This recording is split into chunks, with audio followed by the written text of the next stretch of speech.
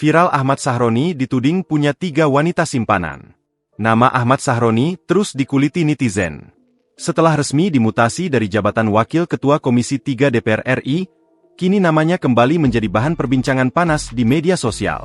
Sebuah akun Instagram bernama Wakanda Folk mengunggah ulang postingan dari akun X, Twitter, @pic_destroyer yang menyebut Sahroni memiliki 3 perempuan simpanan. Tudingan tersebut membuat reaksi keras netizen yang memperpanjang daftar kontroversi yang membayangi dirinya.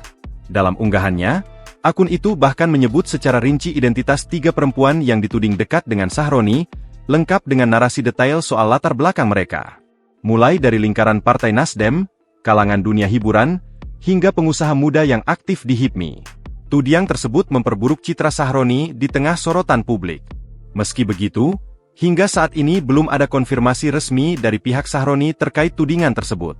Sebelumnya diberitakan pencopotan Sahroni dari kursi pimpinan Komisi 3 DPR dinilai belum cukup meredam kemarahan publik.